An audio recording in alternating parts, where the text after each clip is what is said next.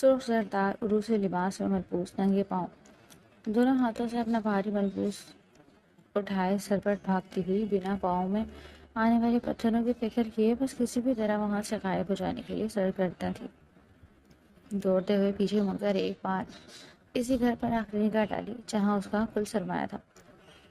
BMW میں سے اپنی شاندار وجاہت سمیت branded dark blue 3 piece suit پہنے، اسکائی شرٹ پر ڈارک بلو کلر کی ٹائی لگائے، بالوں کو جیل سے سیٹ کیے، شرٹ کے بازوؤں پر امپورٹڈ کف لنکس لگائے، مہنگی ترین خوشبو میں بسا بسایا وجود اپنے چھپائے ہوئے جوتوں سمیت چمچماتے ہوئے جوتوں سمیت اس بیک ورڈ ایریا کے مین روڈ پر اتر چکا تھا۔ سر گاڑی آگے نہیں جائے گی، ڈرائیور کی معذب سی آواز آئی۔ تم رکو ادھر ہی، میں تھوڑی دیر میں آیا۔ وہ گاڑی سے باہر نکل کر اپنے کوٹ کا درمیانی بٹن بند کرتے ہوئے گمبھیر آواز میں بولا اور شاہانہ چال چلتا ہوا گلی میں داخل ہوا۔ وہ جو پیچھے دیکھتے ہوئے آگے کو دوڑ رہی تھی، اچانک کسی زوردار ٹکر لگنے پر خود کو سنبھال نہ پائی۔ مقابل نے اسے بچانے کے لیے تیزی سے اس کے گرد اپنا ہاتھ ڈالا جو سیدھا اس کی کمر پہ رکھا۔ ہنا کو اپنی برہنہ کمر پر کسی گرم ہاتھوں کا لمس محسوس ہوا تو جی جان سے کام کر رہ گئی۔ بظاہر تو عروسی لباس کے بڑے سے دوپٹے میں خود کو کور کیے ہوئے تھی، مگر اس موالی کاشی نے ایسا بےہودہ عروسی لباس اسے پہننے پر مجبور کیا تھا جس سے اس کی کمر اور پیٹ اوریاں ہو رہا تھا، اسی لیے وہ خود کو چھپائے ہوئے تھی۔ اس نے ایک نظر اس سجی سوری دلہن کے لباس میں ملبوس اس حسین عورت کو دیکھا، حسین مورت کو دیکھا، فوراً نظروں کا زاویہ پھیر لیا، ہاتھ اس کے کپکپاتی لرزتی ہوئی مرمری گداز کمر سے فوراً ہٹائے، مگر اس کے وجود سے اٹھتی ہوئی سندلی مہک اسے پل بھر میں اپنے حصار میں لے گئی، خود کو سرزش کرتے ہوئے اس کے ایک پل میں دور بنا گئی۔ اس سے پہلے کہ وہ پھر سے بھاگتی، زیدان تعلق نے اس کی کلائی پر اپنی گرفت مضبوط کی۔ شرم نہیں آتی اپنے بوڑھے باپ کی عزت کو مٹی میں ملاتے ہوئے؟ وہ دھاڑا، مجھے جان دو پلیز۔ وہ منت بھرے انداز میں اپنا سیاہ غزال چشمہ سے آنسو جاری کیے بولی، مگر وہ انسنی کیے اسے اپنے ساتھ گھسیٹتا ہوا واپس لے جانے لگا جہاں سے وہ بھاگتی ہوئی باہر نکلتی۔ مجھے وہاں واپس نہیں جانا، چھوڑو مجھے۔ اس کی مضبوط ترین گرفت سے اپنے دوسرے ہاتھ سے زور لگا کر چھڑوانے کی کوشش کرتے ہوئے اس کے ساتھ گھسیٹتی چلی جا رہی تھی۔ کنیا نے دیکھا کہ کافی وقت ہو گیا اور زیدان ابھی تک واپس نہیں آیا، احتیاط سے اپنا آپ سنبھال کر گاڑی سے باہر نکلی۔ میڈم جی صاحب ناراض ہو گئے؟ ڈرائیور نے جھجکتے ہوئے مؤدبانہ انداز میں کہا۔ کوئی بات نہیں، میں دیکھتی ہوں۔ اور شال اپنے گیٹ لپیٹتے ہوئے ایسا ایسا قدم اٹھاتے ہوئے اسی گلی میں آئی جہاں زیدان گیا تھا۔ گھر کے باہر لوگوں کی بھیڑ تھی۔ بہت اچھے کیا جو تو اسے لے کر آ گیا، بڑا پڑپڑا لیا تو نے۔ موالی کاشی زیدان کے ہاتھ سے ہنا کا ہاتھ چھڑوا کر اپنی گرفت میں لیتا ہوا بولا، چل بھی۔ مولوی نگاہ پڑا۔ زیدان نے جب دیکھا کہ سامنے ہی اس کے پارٹی کا اہم ترین ورکر گولی لگنے کے پاس خون میں لگ کر پڑا زندگی کی باڑھ ہار چکا ہے تو اسے چند پل ہی لگے کہ اس سچویشن کو سمجھنے کے لیے۔ چھوڑ دو اس لڑکی کو۔ زیدان تغلق کی خراہٹ گونجی، کاش بدماش کی اس وقت اپنی گینگ کے ساتھ موجود تھا۔ اوئے شہری بابو، اپنی خیریت چاہتا ہے تو چپ چاپ نکل جائے یہاں سے، اپنے لفڑے میں پڑنے کا نہیں۔ اس نے ہاتھ میں موجود گن زیدان پر نہیں پڑنا، وہ دھمکی آمیز لہجے میں بولا، چل بھی مولانا داڑھی، تجھے کیا فارسی سمجھ میں نہیں آتی؟ وہ کھڑے تیوروں سے مولانا صاحب کو دیکھتے ہوئے بولا، نور العین بیٹا اٹھ جاؤ، یونیورسٹی نہیں جانا کیا آج؟ مما جانی بس 5 منٹ اور۔ اف کیا کروں میں تمہارا، پھر تم مجھے ہی کہو گی کہ میں نے اٹھایا نہیں ٹائم پہ۔ نگہت بیگم اس کے اوپر سے کمفرٹر ہٹاتے ہوئے بولی تھی، او میری پیاری مما اٹھ گئی میں۔ وہ آنکھیں مسلتے ہوئے اٹھی، اب جلدی سے فریش ہو جاؤ، میں ناشتہ لگاتی ہوں ٹیبل پہ۔ وہ کمرے سے باہر جاتے ہوئے بولی، اوکے مما میں ابھی آئی۔ وہ ان کے پیچھے سے آواز لگاتے ہوئے بولی۔ 10 منٹ بعد وہ فریش سی ڈائننگ ٹیبل پہ بیٹھی تھی، نگہت بیگم اس کے سامنے پراٹھا اور آملیٹ رکھ رہی تھی۔ صبح کا خیر۔ شہباز تغلق نے چیئر پہ بیٹھتے ہی سب کو مشترکہ طور پر کہا، صبح کا خیر۔ وہ پراٹھا کھاتے ہوئے بولی۔ فرزام اٹھ گیا۔ شہباز تغلق نے نگہت بیگم سے پوچھا، نہیں آج پولیس اسٹیشن نہیں جانا اس نے، اس لیے اب تک سو رہا ہے۔ نگہت بیگم ان کو ناشتہ سرو کرتے ہوئے بولی تھی، یارے تم نور کو اس کے ڈپارٹمنٹ چھوڑ کر پھر اپنے ڈپارٹمنٹ جانا۔ جی دادا جان، جیسے آپ کا حکم، وہ ادب سے بولا۔ ناشتے سے صاف کرنے کے بعد وہ نیپکن سے ہاتھ صاف کرتا ہوا اپنی جگہ سے اٹھا۔ چلو نور، وہ اسے کہتا باہر کی طرف نکلا۔ شہباز تغلق خاندان کے سربراہ تھے۔ وہ ایک باوقار اور معروف شخصیت مالک تھے۔ خاندان میں ان کے فیصلوں کو حرف آخر مانا جاتا تھا۔ ایک بار جو بات انہوں نے کہہ دی سو کہہ دی، کسی دوسرے کو جرات بھی نہیں تھی کہ وہ انہیں ٹوک پاتا۔ سب سر جھکائے ان کے فیصلے پر سرخم تسلیم کرتے۔ شہباز تغلق کے 3 بیٹے، عماد تغلق اور فرحاد تغلق، سماع تغلق، ان تینوں کی شادیاں شہباز تغلق نے اپنی پسند سے کی تھی اور وہ سب اپنی اپنی زندگی میں خوش تھے، کیونکہ تینوں کی شریک حیات بہت اچھی تھی۔ سب سے بڑے بیٹے عماد تغلق کا ایک ہی بیٹا زیدان تغلق، جو گھر کی پہلی اولاد اور سب کا لاڈلا تھا۔ شہباز تغلق تو اس پر اپنی جان چھڑکتے تھے۔ دوسرے بیٹے فرحاد تغلق کے 2 بیٹے فراز تغلق اور یارق تغلق تھے، جبکہ تیسرے بیٹے سماع تغلق کی ایک بیٹی نور العین تھی۔ سماع اور نگر بیگم نور العین کے سر پہ سلامت تھے، مگر واقعی بچوں کے والدین ایک خطرناک حادثے سے جاں بحق ہو گئے تھے اور اس کے پیچھے اس شدید ایکسیڈنٹ کی تاب نہ لاتے اس گارے پانی سے رخصت ہو گئے۔ تب سے ان سب بچوں کے دادا جان شہباز تغلق ہی سب بچوں کی کفالت کر رہے تھے۔ زیدان، فرزام اور یارق تینوں کی پرورش کی ذمہ داری شہباز تغلق نے خوب اچھے سے نبھائی تھی۔ سماع تغلق نے کبھی بزنس پر توجہ نہ دی۔ فرحاد اور عماد ہی بزنس سنبھالتے تھے، مگر ان کے چلے جانے کے بعد جماعت نے ساری ذمہ داری اپنے سر لے لی۔ رک تیری تو، اس نے سڑک پر پتھر اٹھا کر اس کی پشت پر مارا۔ وہ جو ابائے میں مربوط سادہ مال روڈ میں داخل ہوتی ایک امیر زادی کا کلچ اس کے شانے سے کھینچ کر بھاگی تھی، ایک لفنگا اس کا تعاقب کرنے لگا۔ شرم نہیں آتی تجھے؟ عورت ذات پر ظلم کرتے ہوئے وہ رکی، پھر مڑی اور پھر پھرتی سے چلتی ہوئی زبان کی جگہ دکھانے لگی۔ تجھے شرم نہیں آئی چوری کرتے ہوئے؟ تو مجھے کیوں آئے گی؟ لا ادھر دے پرس۔ کیوں؟ باپ کا مال ہے؟ اور تلخی سے خرائی، میرے نہیں تو کون سا تیرے باپ کا مال ہے؟ جلدی دے، اپن کا ٹیم کھوٹا نہ کر، جلدی دے۔ وہ ہاتھ کے اشارے سے اس کا کلچ مانگ رہا تھا۔ کیوں؟ حصہ چاہیے کمینے تجھے؟ میری محنت کی کمائی ایسے کیسے دے دوں تجھے؟ کیا بہن بھی ہے؟ یہ رہ بھی دیتی ہوں تجھے حصہ۔ وہ پاؤں میں موجود چپل کا اس کی طرف پورا نشانہ تاک کر پھینکتے ہوئے چلائی، اور آؤ دیکھا نتاؤ دیکھا چپل نشانے پر لگی بھی ہے یا نہیں۔ اپنا ابایا اٹھایا، سر پر دوڑ لگا دی۔ شکر کا نشانہ چوکا۔ وہ دگنی تیزی سے اس کے تعاقب میں دوڑا۔ وہ ایک ہی جسم میں اسے جا لیا۔ اس نے تیزی سے ہاتھ میں پکڑا کلچ دبائی کے اندر شرٹ کے گلے میں پھنسایا۔ بڑی محفوظ جگہ تلاش کی ہے چھپانے کی۔ وہ معنی خیز نظروں سے دیکھتا ہوا کمینے پن کی انتہاؤں سے چھوتا ہوا بولا، اپنے آپ نکال دے، ورنہ میں نکالوں گا تو مجھے مزہ آئے گا، اور شاید تجھے بھی یہی چاہتی ہے۔ وہ آنکھ مار کر بولا، شٹ اپ۔ اس کی بکواس پر چلے۔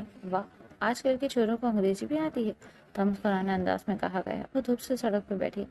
بس ہو گئی اتنی تیری میں؟ وہ دانتوں کی نمائش کرتے ہوئے لوفرانہ انداز میں بولا، بس تو تیری کراؤں گی چھچورے۔ وہ اپنے دونوں ہاتھوں کو مٹی سے بھر کر اس کی آنکھوں کی طرف کر کے اچھالتے ہوئے قوت سے بولی۔ ایک دم سے آنکھوں میں پڑی مٹی کے سارے منظر دھندلا گئے۔ آنکھوں میں آنے والی درد اور خارج سے نجات پانے کے لیے اس نے آنکھیں کھولنے کی کوشش کی، مگر ناکام رہا۔ عمر کدھر مر گیا ہے؟ اس نے پاکٹ میں موبائل نکال کر کانسٹیبل عمر کو کال کی۔ جی سر، اس نے جھٹ سے کہا۔ جی سر کے بچے، بائک لے کر روڈ کی طرف دوسری طرف پہنچ۔ جی سر، بس ابھی آیا۔ اس نے جلدی سے فون پاکٹ میں ڈالا، پھر کوٹ کا آخری بڑا سا گھونٹ اونڈیل کر دکان سے باہر کو بھاگا اور بھاگتا ہوا بائک پر بیٹھا۔ یہ سر کو بھی عید کے دن سکون ہی نہ خود آرام کرتے ہیں، نہ کسی کو عید کے دن عید منانے دیتے ہیں۔ یہی تو دن ہے چوروں کا۔ ابھی انہیں بھی چوری کر کے عید منانے دیں اور مجھے بھی۔ پڑھنا جی۔ وہ چلے دل کے بھپولے پھوڑتا بائک کو کک مار کر اسٹارٹ کر دے ہوئے بیزاری سے بولا، آئیے سر بیٹھیں۔ جیسے ہی فرزام بائک پر بیٹھا، اچھل کر نیچے اترا۔ بائک کیا دھوپ میں کھڑی کی تھی؟ جی سر، وہ کھچیانے ہوتے دانت نکال کر بولا، جاہل انسان، سارا کچھ جلا ڈالا۔ وہ جل کر تیز آواز میں بولا، گلے میں موجودہ گرہ لگے اسکارف کو کھول کر سیٹ پر بچھایا، پھر اس پر بیٹھے ہوئے اس کے شانے پر ہاتھ مارا۔ چل اب۔ عمر نے بائک سٹارٹ کی۔ سر، جان کی امان پاؤں تو ایک بات پوچھوں؟ بولو، اس نے سخت آواز میں کہا۔ سر آج بہت غصے میں ہے، کیا ہوا؟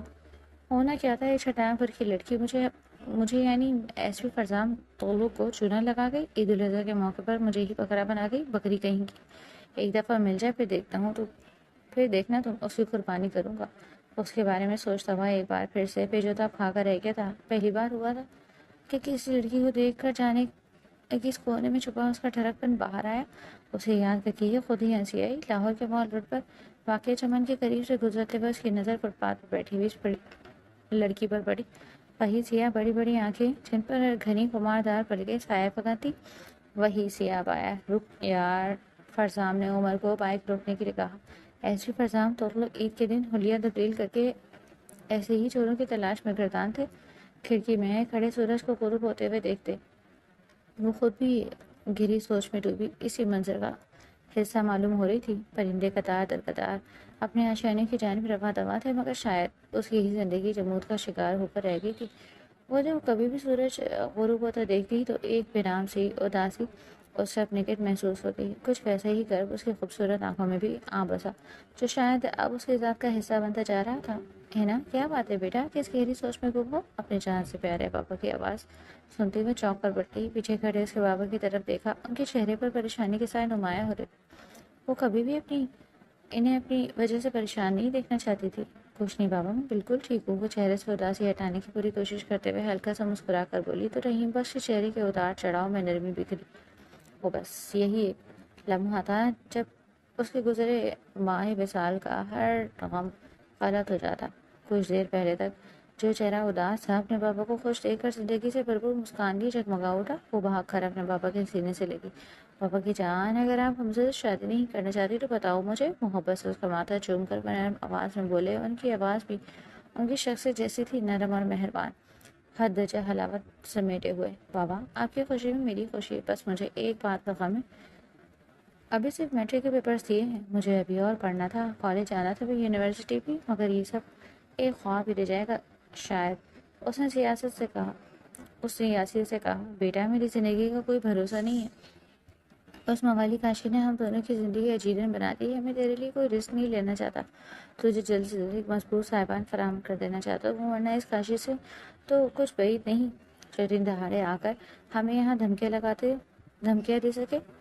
وہ کچھ بھی کر سکتا ہے۔ ایک بار تمہارا نکاح حمزہ سے ہو جائے گا تو وہ کچھ بھی نہیں کر سکے گا۔ ٹھیک ہے بابا، آپ پریشان مت ہوں، جیسا آپ مناسب سمجھے۔ وہ گرگیر لہجے میں بولی۔ رحیم بخش نے پیار بھری نظروں سے اسے دیکھا، اس کے سر پہ دست شفقت رکھا۔ رحیم بخش کی ایک ہی بیٹی تھی، ہینا۔ اس کی بیوی کچھ سال پہلے ہی داخل مفارقت دیے اس دنیا سے کوچ کر چکی تھی۔ اب رحیم بخش ایک چھوٹے سے کرائے کے مکان میں اپنی بیٹی کے ساتھ قسم و پرسی کی زندگی گزار رہا تھا۔ پھل کا ٹھیلا لگاتا جیسے بمشکل گزر بسر ہو رہا تھا۔ گھر کی بل، کھانے پینے کا خرچ اور پھر اس کی اسکول کی فیس، اور اب اس موالی کاشی نے دونوں کا جینا حرام کر دیا تھا۔ وہ اپنے میٹرک کے بورڈ کے پیپرز دینے جا رہی تھی کہ راستے میں اس محلے کے مشہور بدماش کاشی نے اس کا راستہ روکا۔ گلی محلے کے سب لڑکے دور کھڑے اپنی اپنی جگہ پر موجود تماشا دیکھ رہے تھے، مگر کسی میں بھی اتنی ہمت نہ تھی کہ وہ اسے موالی سے بچاتے۔ وہ ہوکوں کی طرح ارد گرد دیکھنے لگی۔ جہاں ایک سے بڑھ کر ایک نمونہ موجود تھا، اتنی بن ٹھن کے تو وہ کبھی بھی کہیں بھی نہیں گئی تھی۔ سادے سے کپڑوں میں ملبوس، وہ ہاتھ میں جیومیٹری باکس پکڑے دم سادے کھڑی تھی۔ اس کے وہم و گمان میں بھی نہ تھا کہ ایسا کچھ ہوگا۔ اس کے بابا نے کہا بھی تھا کہ میں چھوڑ آتا ہوں، مگر وہ ان کے کام کی وجہ سے انہیں منع کر گئی۔ اس کے بابا رحیم بخش فروٹ کی ریڑھی لگاتے تھے، صبح صبح منڈی جا کر تازہ پھل لاتے تھے۔ بس اسی وجہ سے اس نے انہیں منع کر دیا کہ ان کے کام میں خلل نہ پڑے، اور انہیں منع کر دیا کہ وہ خود ہی پیپر دینے چلی جائے گی۔ مگر واقعی آج اگر پچھتانے لگی۔ وہ اپنے ہی دھیان میں چلی جا رہی تھی کہ چاروں طرف سے اس موالی کاشی کے گھنڈوں نے اسے چاروں طرف سے گھیرا۔ کدھر جا رہی ہے چمک چلو؟ کاشی جو شکل سے ہی وارا لگ رہا تھا اس کی طرف جھکتا ہوا بولا، جبکہ اس بن بلائی مصیبت کو دیکھ کر اس کے ہاتھ پاؤں پھولنے لگے۔ دیکھیں مجھے جانے دیں، میرا پیپر ہے۔ وہ ہمت باندھ کر بولی۔ اے لڑکی، تم جانتی نہیں ہمارے کاشی بھائی کو پڑھنا؟ ان میں سے ایک لڑکا اسے پاور کرانے لگا۔ اگلی ہی پل وہ ایک لمحے کی تاخیر کیے بغیر اس کا ہاتھ پکڑ کر پیچھے کی طرف مڑ گیا، جیسے اس کے منہ سے درد کے مارے چیخ نکلی۔ محلے والے محض خاموش تماشائی بنے کھڑے تھے۔ کسی میں بھی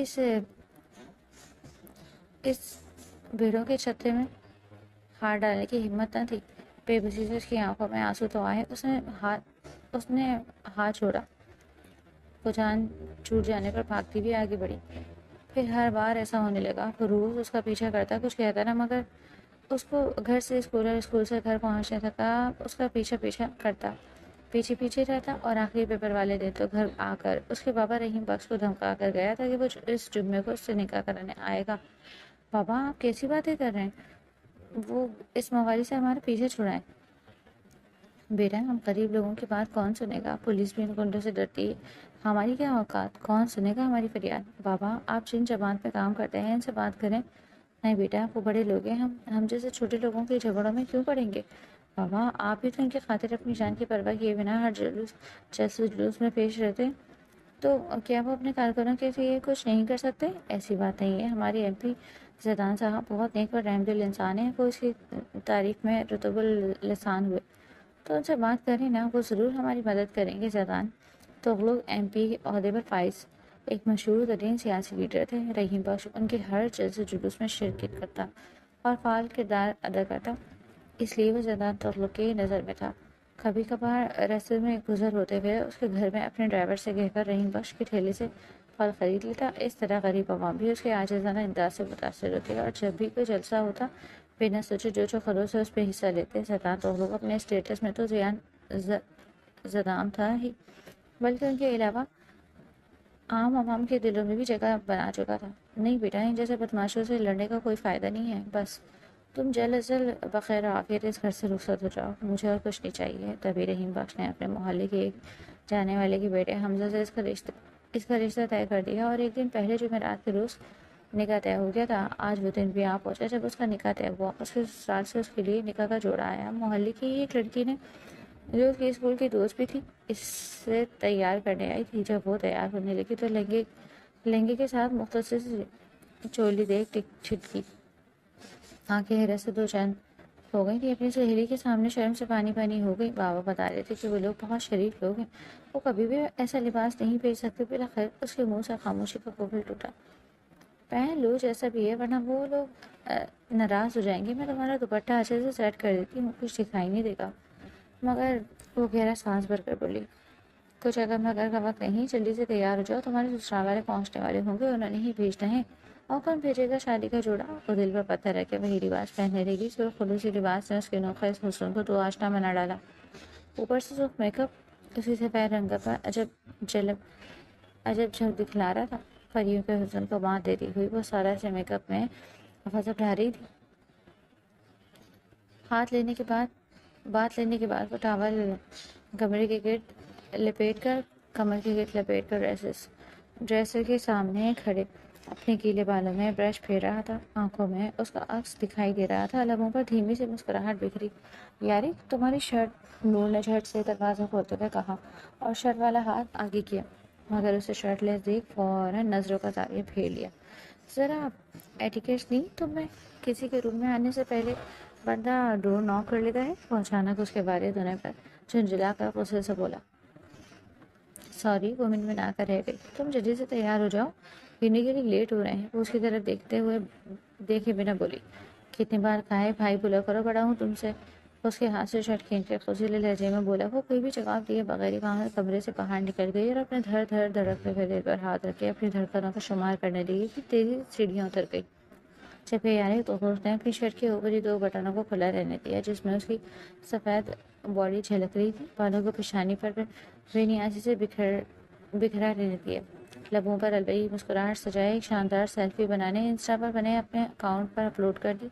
پھر باقی کی تیاری مکمل کرتے ہوئے کمرے سے نکلنے سے پہلے اپنے موبائل پر آخری نگاہ ڈالی۔ چند منٹوں میں اس کی سیلفی پر ہزاروں کی تعداد میں لائکس کی بھرمار ہو چکی تھی، جس میں زیادہ تعداد صنف مخالف کی تھی۔ اس کی اسٹائل کی ہی تو لڑکیاں دیوانی تھی، مگر وہ صرف ایک کا دیوانہ تھا جو اسے گھاس ہی نہیں ڈالتی تھی۔ شانے کے ایک طرف بیگ ڈالے وہ یونی جانے کے لیے سیڑھیاں اتر کر نیچے آیا۔ الارم کلاک کی آواز سے کمفرٹر میں لپٹے وجود میں حرکت ہوئی۔ اگلی ہی لمحے دلبرا کمفرٹر سے ہاتھ نکال کے الارم بند کر کے دوبارہ سو چکی تھی۔ جو سلسلہ دوبارہ چلا، مگر تیسری بار جو ہی الارم کی آواز آئی فوراً سے بیشتر آنکھیں کھلی اور ایک ہی جوش میں بیٹھ کے چھلانگ لگاتی واش روم میں بند ہو گئی اور جلدی سے شاور لے کر نکلی تھی۔ مگر یہی کیا، یونی میں صرف 40 منٹ رہ گئے تھے، جس میں سے آدھا گھنٹہ تو جانے میں ہی لگ جانا تھا۔ تیزی سے بال سنوارنے کے بعد وہ ایک نظر بیگ میں موجود چیزوں پر ڈالتی کمرے سے باہر جانے لگی، مگر وہ سوچی ہوئی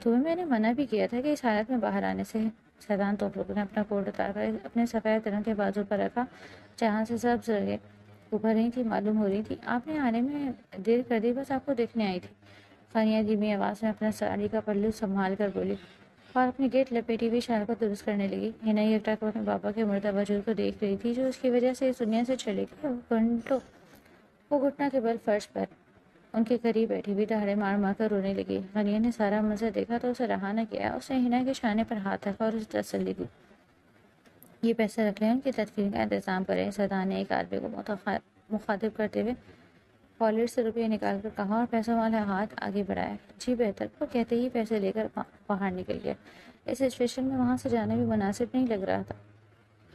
اسے تدفین کے عمل سے فراغت کے بعد وہ لوگ جب وہاں سے نکلنے لگے تو اسے بھی یہاں سے لے جائیں، ورنہ ہم اسے یہاں سے نکال دیں گے۔ ایک محلے دار عورت ہے تنزیہ انداز میں کہا۔ یہ کیا کہہ رہی ہیں آپ؟ غنیہ نے حیران ہوتے ہوئے سوالی انداز میں کہا۔ ٹھیک کہہ رہی ہوں، وہ موالی جب جیل سے چھوٹے گا اسے ڈھونڈنے یہاں پھر سے آئے گا۔ اس سے پہلے کہ وہ ہم سے کسی کی جان کا دشمن بنے، اس کی وجہ سے ہم اسے یہاں رہنے نہیں دیں گے۔ ویسے بھی یہ کون سا انتھاپنا کرے، یہ میرے کرایہ دار ہیں، میں اب اسے مزید یہاں نہیں رکھوں گی۔ یہ لڑکی اپنا سامان اٹھا اور نکل جائے یہاں سے۔ ہنا نے ڈبڈبائی آنکھوں سے اس عورت کو دیکھا جو ابھی اپنے باپ کی موت کے صدمے سے نڈھال تھی، پوری طرح سمجھ بھی نہ پائی تھی کہ ایک اور طوفان برپا ہو گیا۔ میں کہاں جاؤں گی، میرا کوئی بھی نہیں پاپا کے سوا، وہ گلے ہوئے لہجے میں بولی۔ اپنا جو بھی ضروری سامان ہے وہ لو اور آج سے تم میرے ساتھ رہو گی، میری چھوٹی بہن بن کر۔ غنیہ نے اسے اپنے ساتھ لگا کر محبت بھرے انداز میں کہا۔ مگر میں آپ کے ساتھ کیسے؟ نمک ہوں اور رندھوا لہجہ۔ غنیہ نے اس چھوٹی سی لڑکی کو درم بخش نگاہوں سے دیکھا۔ ہنا نے بھرائی ہوئی تشکر آمیز نظر اور اس رحم دل عورت پر ڈالی۔ یہ کیا کہہ رہی ہو غنیہ؟ سیدان نے کاٹدار نظروں سے اسے دیکھا اور دیکھ کر کہا۔ پلیز سیدان، وہ منت بھرے انداز میں بولی۔ وہ گہرا سانس بھر کے رہ گیا تھا۔ یہاں سے 1.5 سال پہلے ایک لاؤنج کا منظر تھا۔ یہاں کہالی اس ولا کے مکینوں کے بہترین ذوق کا منہ بولتا ثبوت تھا۔ 3 نہایت قیمتی فانوس اس ہال کے وسط میں تھے، جو کہ ہم وقت روشن رہتے۔ خوبصورت اور نفیس صوفے اور ڈیکوریشن پیس، پرانے جنگی آلات، غرض ہر چیز اپنی مثال آپ تھی۔ یقیناً اس کی کنال پر مبنی محل نما گھر کا چپا چپا اس طرح نفیس اور خوبصورت آرائش سے مزین تھا کہ دیکھنے والے اس تغلق ولا کم اور محل زیادہ لگتے تھے۔ آخر کو یہ کسی عام شخص کی رہائش گاہ تو نہیں تھی، بلکہ یہ تو ملک کے نام پر بزنس مین شہباز تغلق کی رہائش گاہ تھی، جو اپنے بے تحاشا دولت اور شہرت کے باعث مشہور و معروف تھے۔ اس وقت شہباز تغلق اپنے روب دبدبے سمیت پوری شان و شوکت سے اپنے پوتوں کے ساتھ ہال میں موجود تھے۔ آج انہوں نے کسی اہم فیصلے سے سب کو آگاہ کرنا تھا، جس بنا پر سب وہاں موجود تھے۔ اسی اثنا میں سیدان تغلق ہال میں داخل ہوا۔ بلیک جینس پر بلو شرٹ پہنے، سیاہ بال جیل سے سیٹ ہوئے، چہرے پر نہایت سنجیدگی، ہلکی سی بیئرڈ اس کی پروقار شخصیت کو چار چاند لگا رہی تھی۔ اپنے مخصوص مکروہانہ انداز میں چلتا ہوا وہ شہباز تغلق کے دائیں جانب آ کر بیٹھا تو سماعت تغلق مسکراتے ہوئے اسے دیکھا۔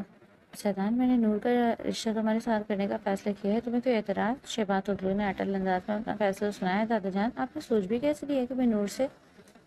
وہ مجھ سے چھوٹی ہے، یہ تو کوئی قابل قبول اعتراض نہیں۔ اس رشتے سے مناہی کے لیے وہ اس کی بات پر بولے۔ مگر دادا جان، میں نے اسے ہمیشہ اپنی چھوٹی بہنوں کی طرح مانا ہے۔ سیدان نے اپنے لیے ایک اور اہم وجہ پیش کی۔ شادی سے پہلے سب بہنیں ہی ہوتی ہیں۔ انہوں نے جیسے بات کا حل نکالا۔ مگر دادا جان، ان کے چہرے پر مسکراہٹ پل بھر میں غائب ہوئی اور اس کی جگہ پیشانی پر شکنوں کا جال بنا۔ میں کچھ خاص تعلق میں نہیں ہوں اس رشتے کی، سماعت نے کہا۔ لیکن بابا، سماعت نے بولنا چاہا، وہ اپنے لاڈلے پوتے کے لیے فرمانبرداری بیوی چاہتے تھے۔ سماعت، میں نے تمہارے لیے ابھی اچھی فیصلہ کیا تھا، اب تمہاری بیٹی کے لیے بھی اچھا ہی فیصلہ کیا ہے۔ خود بھی سمجھو اور اپنی بیٹی کو بھی سمجھا دو اچھے سے۔ ٹھیک ہے بابا جان۔ پر نور ابھی نہ سمجھ ہے، وہ سوچتے ہوئے بولے۔ لیکن آپ فکر نہ کریں، وہ شکایت کا کوئی موقع نہیں دے گی آپ کو۔ بس ایک بار نور سے بات ہو جاتی ہے اس بارے میں، نور کافی احساس ہے، یہ تو پھر اس رشتے کا معاملہ ہے۔ سماعت تغلق باپ کو دیکھتے ہوئے گویا ہوئے۔ بابا جان پلیز آپ فکر نہیں کریں، مجھے پوری امید ہے کہ نور انکار نہیں کرے گی۔ سماعت تغلق اپنے ذرا مسکرا کر بولے۔ بابا، آپ نے بلایا؟ وہ دروازے پر دستک دے کر اندر داخل ہوئے تو سماعت تغلق جو بیڈ پر لیپ ٹاپ لیے بیٹھے آفس کے کام میں مصروف تھے۔ ہاں آؤ نور، بیٹھو۔ لیپ ٹاپ ایک طرف رکھتے ہوئے وہ اپنے سامنے بیٹھی اپنی پیاری سی بیٹی نور کی طرف متوجہ ہوئے تھے۔ بیٹا ایک بات کرنی ہے آپ سے۔ نور نے سوالیہ نظروں سے دیکھا تو زما تغلق نے بغیر تنبیہ پانے سیدان سے نکاح کی بات کر دی۔ پاپا مجھے سیدان بھائی سے شادی نہیں کرنی۔ نور نے تو سنتے ہی صاف انکار کر دیا تھا۔ جب اس کے بابا ہی تھے جو اس کے لاڈ اٹھاتے، جن سے وہ بے دھڑک اپنے دل کی ہر بات کر لیتی تھی، اب وہ اپنے سامنے بیٹھے اپنے بابا کے چہرے کو پڑھنے کی کوشش کر رہی تھی کہ اس کی بات سن کر اس کے بابا کا کیا رد عمل ہوگا۔ اچھا، لیکن کیوں نہیں کرنی میری نور کو زیدان سے شادی؟ سبھا تغلق کے چہرے پر ہلکی سی مسکراہٹ تھی۔ اس کی چھوٹی سی بیٹی جانے کا بھی اتنی بڑی ہو گئی کہ اس کی شادی کا وقت آ پہنچا۔ وہ اب انہیں یہ کیسے بتاتی کہ اسے بچپن سے ہی یار ایک پسند ہے، اسی کا ہم عمر، اسی سے جھگڑنے والا، اس پر روب جمانے والا، اس کے بچپن کا ساتھی، چاہے وہ جتنا بھی فرینک تھی اپنے بابا سے، مگر انہیں یہ بات اپنے منہ سے کیسے بتاتی؟ ابھی وہ اسی کشمکش میں تھی کہ بتائے یا نہ بتائے۔ باہر سے شروغل کی آوازیں آئیں۔ وہ دونوں ہی یک مشت باہر کو لپکے، جہاں زیدان تغلق ہاتھ میں سوٹ کیس اٹھائے باہر نکل رہا تھا۔ فرزام اور یارق دونوں سے جانے سے روک رہے تھے۔ جانے تو اسے شہباز تغلق کی کڑکدار آواز سن کر فرزام اور یارق پیچھے ہٹے۔ میں ہرگز آپ کو یہ فیصلہ نہیں مانوں گا۔ شہباز تغلق کی بات پر اس کا خاندانی غصہ دہرایا۔ غصہ لہجے میں بولا، انداز نہایت سنجیدہ تھا۔ عموماً وہ ٹھنڈے مزاج کا انسان تھا، لیکن بے حد سنجیدگی سے اس کی شخصیت کا حصہ تھی۔ وہ اپنے دادا جان سے بے حد نرمی اور محبت سے بات کرتا تھا، باقی دنیا کے لیے ہمیشہ لیے دیے انداز میں رہتا، لیکن غصہ کم ہی آتا تھا، لیکن جب آتا تھا تو اپنے خاندانی انداز میں آتا۔ آپ اگر اپنی ضد کے پکے ہیں تو میں بھی اپنی ضد کا پکا ہوں، آپ ہی کا پوتا ہوں، آپ پر ہی گیا ہوں، میں اپنی مرضی سے شادی کروں گا۔ مجھے اس گھر میں ایک پل بھی نہیں رہنا۔ جہاں میری زندگی کے ایک اہم فیصلے پر میری رائے کی کوئی بھی اہمیت نہیں، تم جا سکتے ہو۔ شہباز تغلق نے بنا اس کی بات مکمل ہوتے ہی اسے ہاتھ سے مزید بولنے سے روکتے ہوئے اشارہ کیا۔ اپنا سامان اٹھائے، آخری نظر اس گھر کے مکینوں پر ڈالتا وہ ہمیشہ ہمیشہ کے لیے وہاں سے نکل گیا۔ انسپکٹر صاحب، آپ اپنی ٹیم کے ساتھ مل کر اس پر نظر رکھیں اور ان کے ساتھیوں کو گرفتار کرنے میں میری مدد کریں۔ اس مقصد کے حصول کے لیے چاہے ہمیں کوئی بھی خروش کیوں نہ اختیار کرنی پڑے۔ فرزام اس وقت بے حد سنجیدگی سے اپنی ٹیم کو ہدایت دیتا تھا۔ سر، ہم اپنے مشن میں ضرور کامیاب ہوں گے۔ فہیم کی آواز میں بھی ملک کے قطاروں سے نمٹنے کے لیے کچھ جوش تھا۔ میں اپنی ٹیم میں موجود ایک کو وارن کر رہا ہوں، سب اپنی اپنی ڈیوٹی پورے ہوش و آواز میں سر انجام دیں گے۔ فرزام کی چہرے پر بے حد سختی تھی۔ رات کو ان کا سامان سے بھرا ٹرک نجی روڈ سے گرنے کی پکی انفارمیشن ملی تھی۔ سب کو ان کا کام سمجھا دیا گیا تھا کہ اسے کیا کرنا ہے۔ اس میں ذرا سے بھی کوئی کوتاہی برداشت نہیں کروں گا میں۔ گاٹ اٹ، فرزام نے بلند آواز میں بولا۔ یس سر، سب کی ایک ساتھ آواز آئی۔ آپ سب جا سکتے ہیں، فرزام کے کہتے ہی سب نے اپنی پوزیشن سے سنبھالنے کے لیے وہاں سے نکل گئے۔ فرزام تغلق ایک نہایت قابل پولیس آفیسر تھا۔ دشمن اس کا نام سن کر ہی کانپتے تھے۔ بہت کم وقت میں اس نے بہت ترقی حاصل کر لی تھی، جس کی وجہ اپنے ملک سے محبت اور کام میں دلچسپی تھی۔ فرزام تغلق کا مزاج کافی سخت اور روب دار تھا، جس کی وجہ سے ہر کوئی اس سے ڈرتا تھا۔ یہ اس کی جاب کا تاثر تھا کہ وقت اس کے چہرے پر سختی رہتی۔ 26 سالہ فرزام، جس کی خاندانی سفید رنگت، اونچی قد و قامت کا حامل شخص، اس کے چہرے پر ہر وقت سنجیدگی تاری رہتی اور ایک شاندار پرسنالٹی کا حامل تھا۔ اپنی ڈیوٹی پورے دل سے نبھاتا، اس کی ری چاہے اسے خود کبھی وقت کے مطابق کیوں نہ ڈھالنا پڑے۔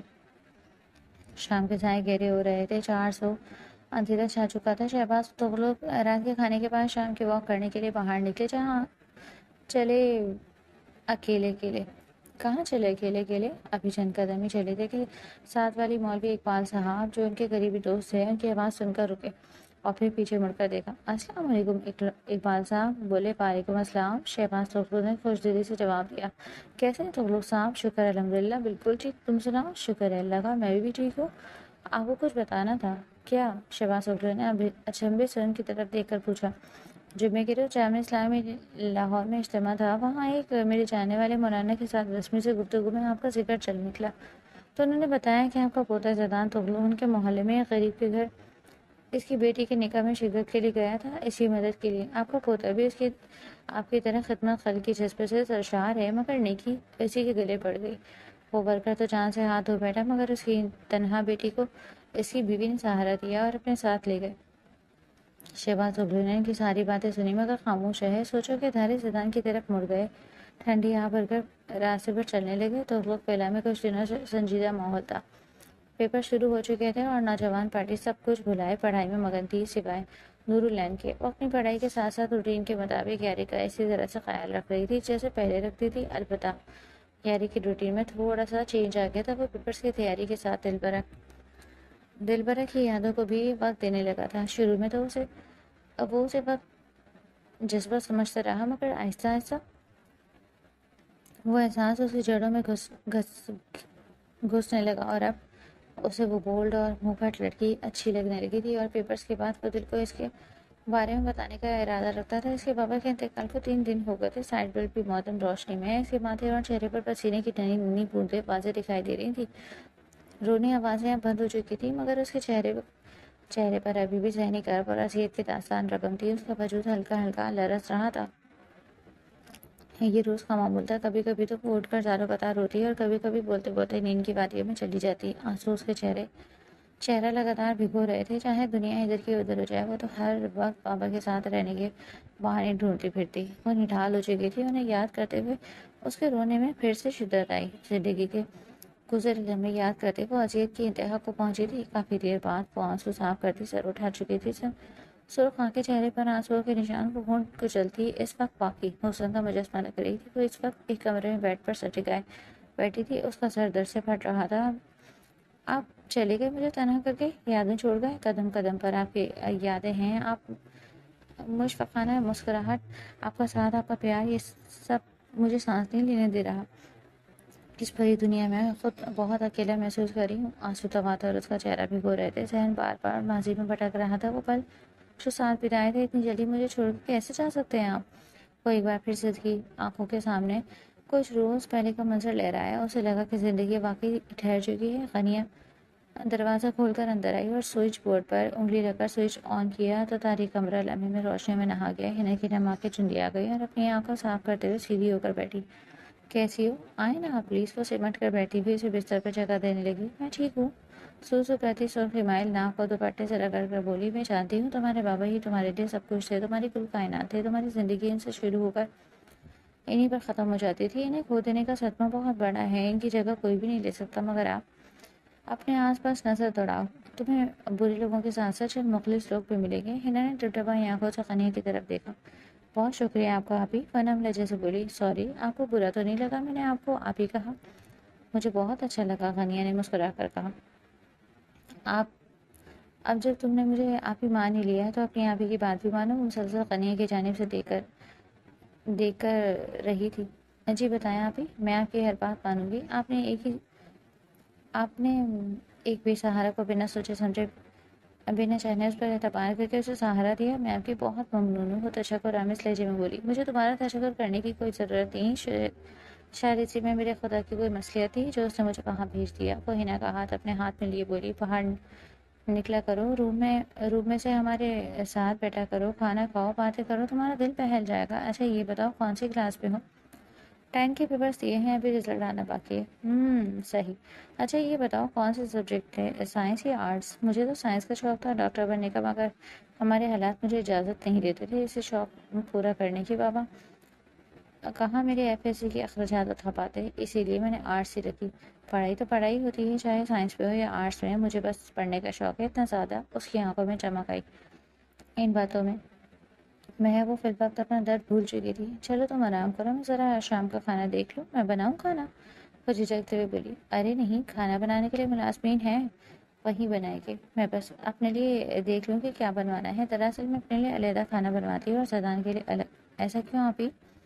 وہ بے اختیار اس کے منہ سے نکلا۔ دراصل مجھے پیر صاحب نے کھانے کا چارٹ دیا ہے، میں اسی حساب سے کھانا بنواتی ہوں۔ ہنا نے حیرانی سے دیکھا، جیسے اسے کچھ سمجھ میں نہ آیا ہو۔ غنیہ اس کی حیران نظروں کو دیکھ کر مسکرائی۔ پریشان مت ہو، میں بتاتی ہوں۔ دراصل شادی کے 1 سال تک ہمارے یہاں کوئی بیبی نہیں ہوا، تو میرے والدین کے جانے والے پیر صاحب کے پاس گئی تھی۔ ان کے دم کرنے کی وجہ سے اب ہمارے یہاں خوشخبری آ گئی ہے، یعنی کہ تم خالہ بننے والی ہو۔ بات سمجھ میں آتے ہی ہنا مسکرانے لگی۔ واہ سچی؟ آپ کو پتہ ہے مجھے چھوٹے بچے کتنے پسند ہیں؟ وہ فرد مسرت سے لبریز لہجے میں بولی۔ آپ اس کا نام میں رکھوں گی پلیز؟ ٹھیک ہے، مجھے کوئی اعتراض نہیں۔ چلے میں بھی آپ کے ساتھ باہر چلتی ہوں آپ کی مدد کے لیے۔ چل آؤ مل کر دیکھتے ہیں، غنیہ نے دوستانہ انداز میں کہا۔ پھر دونوں مل کر باہر نکل گئے۔ پیپرز کے بعد یونیورسٹی میں فیئرویل پارٹی منعقد کی گئی تھی، جس میں نورالین جانے سے صاف انکار کر دیا، اور یارک نے بھی اس سے زیادہ ضد نہیں کی تھی۔ وہ جانتا تھا کہ نورالین کو یونی کی پارٹیز اٹینڈ کرنے کی اجازت نہیں ملنی تھی دادا جان سے، کیونکہ انہیں لڑکیوں کا رات گئے باہر پارٹیز اٹینڈ کرنا پسند نہیں تھا، اسی لیے یارک اکیلے ہی پارٹی میں گیا۔ یونیورسٹی میں چاروں طرف رنگوں کا سیلاب امڑ آیا تھا، ہر طرف لڑکیاں جدید طرز کے لباس میں ملبوس اپنے حلیے بکھیر رہی تھیں، جلوے بکھیرنے تھی، بس کر کمینے نظریں ہٹا بھی لے۔ وہ دونوں پارٹی میں ایک کارنر پر کھڑے باتیں کر رہے تھے جب یارک نے احمر کو لڑکیوں کو گھورتے ہوئے غصے سے ٹوکا۔ یارک کے ٹوکنے پر احمر نے زوردار کہکا لگایا تھا، یار دیکھنے دے، آج تو قیامت لگ رہی ہے کہ حسین تتلیاں آخر کو ہمیں دکھانے کے لیے ہی تو اتنا سچ سچ کے آئی ہیں۔ احمر نے لڑکیوں کو گھورتے دیکھ لو کرانہ انداز میں کہا، تم انجوائے کرو، میں بھی آیا۔ یارک کو اپنے من پسند ہستی دکھائی دی تو وہ احمر کو چھوڑ دوسری طرف آیا۔ ہیلو، یارک کی آواز پر لڑکیوں نے پلٹ کر دیکھا۔ مجھے دل سے بات کرنی ہے، ایکسکیوزز پلیز۔ دلبرا نے اس کے کھلے ڈلے انداز پر سب کے سامنے سبکی کے خیال سے اسے گھور کر دیکھا، مگر وہ مسکرا کر آئی بروش کھا گیا۔ نہ چاہتے ہوئے بھی ماحول کو نزاکت کی سمجھتے ہوئے اس کے پیچھے بولی، کرو بکواس۔ وہ غراتے ہوئے کھا جانے والی انداز میں بولی۔ دلبرا کو سر تھپڑ دیکھتے ہی یارک کے چہرے پر مسکراہٹ بکھر گئی۔ بلیک نفیسی میکسی میں مہارت سے کیے گئے نیچرل میک اپ میں وہ باقی دنوں سے زیادہ حسین لگ رہی تھی۔ یارک اسے یونی کے بیک سائڈ ایریا میں لے گیا۔ وہاں ان دونوں کے علاوہ اور کوئی نہ تھا۔ مجھے کسی خوشی میں یہاں لائے ہو؟ دل نے یارک کے سوالیہ نظروں سے دیکھ کر پوچھا۔ کچھ پل کی خاموشی کے بعد یارک نے بولنا شروع کیا، بات تو خوشی کی بن ہی جائے گی اگر تم اقرار کر دو۔ وہ زبان انداز میں بالوں میں ہاتھ پھیرتے ہوئے بولا، میں نہیں جانتا یہ سب کیسے ہوا، کب ہوا، مجھے سمجھ نہیں آ رہا، میں کیسے بولوں۔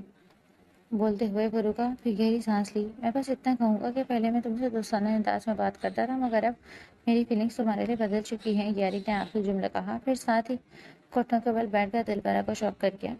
ول یو میری می؟ یارک نے اسی طرح بیٹھے ہی اپنے دائیں ہتھیلی دلبرا کے آگے پھیلائی۔ دلبرا کچھ دیر اسے دیکھتی رہی، پھر آہستگی سے اس کا ہاتھ پکڑ کر اسے کھڑا ہونے کا اشارہ کیا۔ سوری یارک، میں تمہارا دل نہیں دکھانا چاہتی، مگر جن راستوں پر تم چل نکلے ہو اسی کوئی منزل نہیں ہے۔ اگلی بات جو دل نے کہی۔ یارک کا ہاتھ دل کے ہاتھ سے چھوٹا اور بے جان ہو کر ہوا میں لہرا گیا۔ دل نے زخمی سے مسکراہٹ اچھال کر اسے دیکھا، بس اتنے میں ہی ہوا ہو گئی نا تمہاری محبت، دھرے کے دھرے رہ گئے نا محبت کے دعوے۔ جاؤ یارک، تو کسی اپنی جیسی کو تلاش کرو۔ لب مسکرا رہے تھے مگر لہجے میں اور آواز میں ٹوٹے ہوئے کانچ کی سی کیفیت جھپ دکھلا رہی تھی۔ پورے گھر میں رات کے دوسرے پہر سناٹا چھایا ہوا تھا، سب لوگ ڈنر سے فراغت کی سو چکے تھے۔ یارک ابھی تک واپس نہیں آیا تھا۔ وہ پریشان سے اکیلی لاؤنج میں بیٹھی تھی، عادت کے مطابق یارک کے بارے میں سوچتے ہوئے اپنی مخروطی سرخ و سفید انگلیوں کو مروڑ رہی تھی، جبکہ نظریں دروازے پر تھی۔ قدموں کی چاپ سن کر اسے دیکھا، جو جیکٹ اتار کر اپنے ایک بازو پر ڈالے بلیک شرٹ کے ساتھ بلیک جینس کی پینٹ پہنے ہوئے، بلکہ ہلکی داڑھی اور کچھ آدھا پیشانی پر بکھرے بال، سفید رنگت اور واقعی شاندار پرسنالٹی کا مالک تھا۔ اتنی دیر کہاں لگا دی؟ زیادہ اماں بننے کی کوشش مت کرو، جان چھوڑو میری۔ اس کے سوالی انداز پہ یارک نے خشمگین نگاہوں سے اسے دیکھ کر بولا، ہیلو۔ وہ اس کے فون اٹھاتے ہی بولا، سر میں عمر بول رہا ہوں۔ اس نے کہا، جانتا ہوں، کام کی بات کرو، کچھ پتہ چلا اس کے بارے میں؟ وہ تیکھے لہجے میں بولا، نہیں سر، ابھی کچھ پتہ نہیں چلا کہ وہ کہاں ہے۔ میں نے ہر جگہ ڈھونڈا مگر کہیں کوئی سراغ نہ ملا، ڈرتے ڈرتے جواب دیا گیا۔ تو تمہیں پیسے کس کام کے ملتے ہیں، ایک سراغ نہیں ڈھونڈ سکے تم؟ وہ بولا، نہیں، دھاڑا تھا سر، کوشش کر رہا ہوں میں۔ عمر منمنایا تھا، کوشش نہیں، رزلٹ چاہیے مجھے۔ وہ حتمی لہجے میں بولا تھا، جی سر۔ عمر دھیرے سے بولا، بیبسی سے فون رکھ چکا تھا، اس ملک کے غداروں کو میں چن چن کے ماروں گا، ایک بار میرے ہاتھ لگ جاؤ۔ اس کے انداز میں ایک جنونہ وحشت سی تھی۔